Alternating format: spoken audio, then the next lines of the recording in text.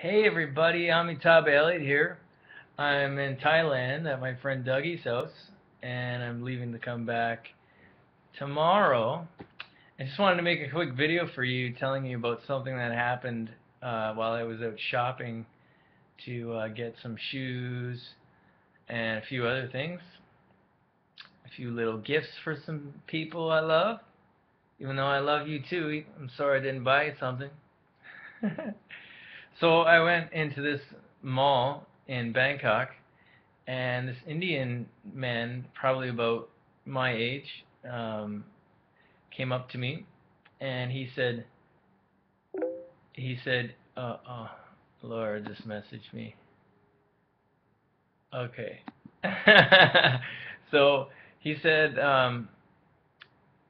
your aura is very pure. He said a few things about my energy. He said there's 3 lines, and he said a few things, and you could see my third eye, and um, he said I think basically you're very pure, um, and then he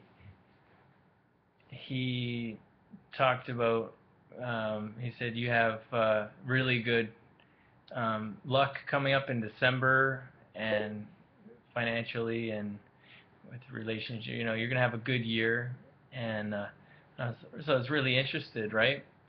And then he said, can I sit down with you and tell you some more? And so I said, sure. I've never had anything like this happen in my life. And so he started talking. I said, can I record this because I want to be able to listen back to what you say? And I started recording, and then he said, no recording. And so I said, okay.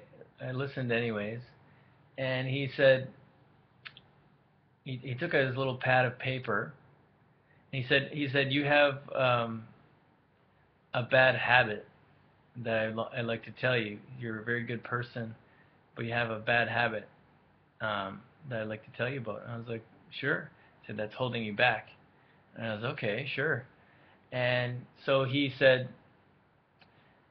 I clued into that he was a scammer right away, but he was definitely psychic. This guy was incredibly psychic. I have no idea how he did this. Um, but he did have some limitations. So he said, write down the name of a flower, or think of a name think of a flower in your mind. First, what he did is he took a piece of paper and he wrote on it. He didn't show me, and he wrote on it on this piece of paper. Then he crinkled it up, and he said, hold this in your hand, and now think of, tell me a name of a flower. And I said, okay, chrysanthemum. And then he said, this is not a flower I know. So this is where I know that he was clearly scamming, right? But he did have some psychic abilities for sure. And so he said a common flower, and I said, okay, a rose. I was gonna say tulip, but I didn't. I said rose. And then he said, and then he wrote rose down on another piece of paper. The crinkled up piece of paper was in my hand now. And then he said, how old are you? And I said, 35. And he said, do you have a girlfriend? And I said, yes. And he said, how old is she? And I said, she's 33. And he said, take this piece of paper and blow on it and say, good luck come in, bad luck be gone. And blow on it 3 times. And so I did that. And he said, now if I have guessed if I have told you this, if I have guessed this before you told me this, and it's on this piece of paper, you will trust me. And I said, yeah. And then so he said, he opened up the piece of paper and showed me, and it said Rose 35 33. And I was like, wow, it's incredible. This was not some magic trick. he clearly has psychic abilities. However, he then said, "There's something about you. You have a bad habit that I could tell you. I'd like to tell you about. That's holding you back because you're going to have great success and financial success next year, but there's something that's holding you back." And I said, "Okay." And then he said, and then he wrote down three numbers, and one was 1,000, 2,000, and then 3,000 underneath it. And he said, you know, people with uh, happy people that don't have money give me this. People that have a little bit of money give me this, the 2,000. And then people with a lot of money, they give me 3,000. He said, "You don't have a lot of money." I said, "I actually really don't have any money." And so he said, "With a happy heart, give me what you think you can and what you should." And I said, "And then I will tell you what this bad habit is that will help you in your life." And I said, "No, I don't think so." I said, "I'm not going to give you money to find out." And they said, "Okay, I will tell you what this bad habit is." And this bad habit is that you have a lot of ideas and creativity, and you tell other people about it. And then when you tell other people about it, they take your ideas and they take your energy. And I was like, "Oh, that's actually," he said, "So don't tell anybody your ideas, just do it." And I was like, "Well, that's actually really good advice. Something I've been thinking about for a while." And because I think if you do tell people your ideas, you sort of like you lose some of that creative energy sometimes, and then it people start to influence it. They give you feedback, and sometimes it's not what you want to hear, and you snap out of that creative flow and that passion for what you want to create. And so sometimes you can, give people the energy from that as yet unmanifest creation. So it probably is best not to tell people what you're working on until you're finished, unless of course you're trying to get business partners or something like that. But even still, you want to wait until you have something done until you tell people, probably. So it was good advice. And then he said, "I have one more thing to tell you. And if you there's a girl you love and who loves you, but she is jealous and she has a black heart." And I'm like, "Okay." And so he says, "I will tell you her name if you pay me." And he said, "This money is not for me." And then he showed me a picture of some children. He said, "It's for these children." I said, "Well," "I just don't believe you because you're trying to get money from me. You're trying to get something from me." And what's he gonna say? What's he gonna guess Laura's name and put in my mind this idea that Laura has a black heart and she's jealous and Laura's not perfect. I'm not perfect. Does she have some jealousy? Maybe sometimes. Maybe. Do I sometimes? Will I? Maybe. Do all of us have it sometimes? Maybe. So it doesn't really matter. Even if he had guessed Laura's name again, it wouldn't matter because as soon as he said this woman's name, I immediately thought Laura, and so he could have just read my mind. And what if I thought somebody else? And so this guy was a big scammer, using his psychic abilities to get money, and I really don't think he was going to give that money to these children. And so I said to him, I said, "My friend, I have to stop you here." I said, "I have to go, and I want to tell you something." I said, "You think you've come here to give something to me, but you've come here so that I can give something to you, and I hope you will listen." I said, you shouldn't use your powers this way, your psychic abilities this way. You're misusing your psychic powers to get something from other people. And this is not enlightenment.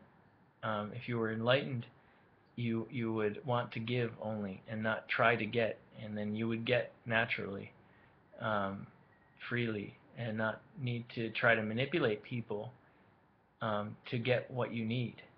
I don't know if these children are real or not, and to be honest, I hope they are, but you have no way of proving to me. And so I said, and then he said, but it will make me, he said, with a happy heart, if you have happiness in your heart, give me with a happy heart, and it will give happiness to me. And I said, my friend, with all due respect, um, you can't get happiness from somebody else. You can only get it from yourself. So please, don't do this. Don't try to use your psychic abilities. I know you've obviously meditated. He said yes. And he's from India. And so he's developed psychic abilities, but the thing that I shared with him and that I want to share with you is that psychic abilities and intuition are not enlightenment. They're not any closer to enlightenment than if you don't have them. You can develop psychic abilities and intuition through meditation, through samadhi and samatha meditation, through repeating a mantra, through focusing on your breath and nothing else, and just letting everything else go and just becoming extremely one-pointed. I've done it. Um, I'm not the most intuitive person in the world, but I am very intuitive. I helped a couple of people at the monastery. I was just using my intuition, but I didn't use it for my own gain. I used it because I felt something within them, and I wanted to offer some insight to try to help them feel better, and I think I did. So using intuition for monetary gain and using psychic powers and of any kind for monetary gain or personal gain is absolutely not the right way to go about things. It's absolutely, I won't straight up say it's evil or anything like that, but it's wrong view. It's not focusing on the right things in life. It's using abilities to take advantage of other people, and maybe even if it's your living, if you're an intuitive or something, it's not a good thing to do, because you can't be pure if you're tapping into other people's aura or energy field and trying to get something from them, even if it's a paycheck. It's just not the right way to do things, and it will lead you down the wrong path and away from real spiritual truth. The real spiritual truth only comes when we release our need to get anything, or when we release our need to maintain this false identity, this false sense of self, this false I, me or mine, that these psychic powers are mine, that I need this, or I have craving, or I don't like this, and we need to transcend our liking and disliking. This is what the Buddha taught, and this is why his teaching is so good. We need to have right effort and allow to arise and help to arise wholesome mind states, and maintain wholesome mind states when they've already arisen, and and try to release unwholesome mind states and let them go and lessen them when they have arisen already, and prevent them from arising when they haven't arisen. This is right effort. So this is part of the path that is overlooked, and this idea that psychic abilities are anything special. Yeah, maybe other people don't have them. Maybe not everybody has them. Maybe not everybody can see aura or feel energy like I do. I haven't been able to see aura, but I can feel energy and do energy healing, and I can feel other people's energy fields and what's going on in their chakras. But I don't use that against them. If I use it at all, it's to try to help them be happier and to release myself and my own self-identity and be more happy and peaceful and help others be happy and peaceful. So that's what happened today. I'm going to end this video here and say I love you, and I'm really excited to be making YouTube videos again. I'm going to keep on, and I hope you enjoy what I'm going to bring with you. I'm going to be deepening my practice so much more.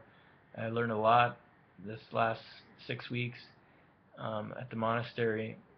I ordained as a anagarika, and that was a really great process, having to learn some chanting and just seeing what monastic life is all about, or at least seeing a piece of what monastic life is all about. And I'm coming back to live with my beautiful girl, my beautiful cloud, Laura, and our beautiful baby girls, Ainsley and Amberly. I love you guys all so much. I love my family so much and all my friends. Adam, I'm really excited to see you again, spend time with you, and create with you, and all the great friends I met at Wat Pah Nanachat, Soren and Mick and Colin, and Mark, and so many others. I can't even name, like Grayson, Ahmed. There's so many. You're all wonderful, and I haven't listed you. It doesn't mean you're not my friend. You all made my experience really special. You taught me something about myself, and I hope to be able to share with you my experience, and I hope that my sharing helps you to go more within, more deeply, and discover real stillness and real peace and real happiness and compassion in your life, so that you can share that nature with others. So I love you. Have a wonderful day, and peace out, baby. Wow!